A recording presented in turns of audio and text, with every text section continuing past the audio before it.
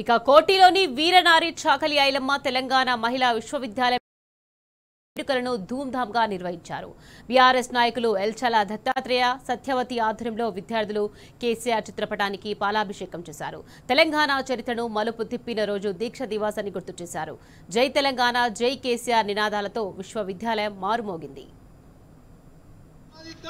అమరవీరుల ఆశయాలను జై తెలంగాణ, జోహార్ తెలంగాణ విద్యార్థి అమరవీరులకు సాధిద్దాం తెలంగాణ. నిరాహార దీక్ష చేసిందని చెప్పి కానీ ఇప్పుడు చూసుకుంటే ఇప్పుడు కాలేజ్లో ఉన్న పిల్లలు లేకపోతే మనం వచ్చే యువతరం అందరికీ తెలంగాణ అంటే ఎంత ప్రాముఖ్యత ఉంది. మన కేసీఆర్ గారు చేసినది ఎంత పెద్ద త్యాగం ప్రతి ఒక్కరికి ఇక్కడ ఉన్న ప్రతి ఒక్కరికి తెలవాల్సిన అవసరం ఉంది కాబట్టి ఈరోజు మనం ఇది చేస్తున్నాం. కేసీఆర్ అంటే ఒక స్ఫూర్తి, కేసీఆర్ అంటే ఒక పోరాటం. కేసీఆర్ అనేక ప్రభంజనాలని తెలంగాణ ఉద్యమాన్ని మీదేసుకొని అదేవిధంగా తన ప్రాణాన్ని సైతం ఖచ్చితంగా ఈ తెలంగాణ సాధించాలంటే నా ప్రాణం పోవడో లేకపోతే తెలంగాణ వచ్చుడో అనే నినాదంతో ఈరోజు చేసినటువంటి దీక్ష 2009లో చేసినటువంటి దీక్ష ఏదైతే ఉందో కలిగింది, ఉద్యమంలోకి తీసుకురాగలిగింది, ఉవ్వెత్తున ఉద్యమం చేయడం జరిగింది.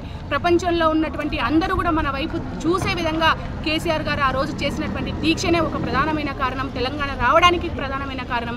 ఇవాళ చెప్పుకున్నటువంటి సోనియా గాంధీ దయ వల్ల తెలంగాణ వచ్చిందని చెప్పుకున్న వాళ్ళందరికీ కూడా నిజంగా చెప్తున్నాను, సోనియా గాంధీ గారి దయ కాదు, కేసీఆర్ దీక్ష వల్ల ప్రజలు కదిలారు, యువకులు కదిలారు, విద్యార్థులు కదిలారు. ఉస్మానియా యూనివర్సిటీ ఆ రోజు ఒక రణరంగం అయ్యిందని చెప్పేసి నేను చెప్పదలుచుకున్నాను. తెలంగాణలో బీఆర్ఎస్ రావడం కోసం మేము కృషి చేస్తామని చెప్పేసి సందర్భంగా దీక్షా దివస్ సందర్భంగా చెప్పదలుచుకున్నాను.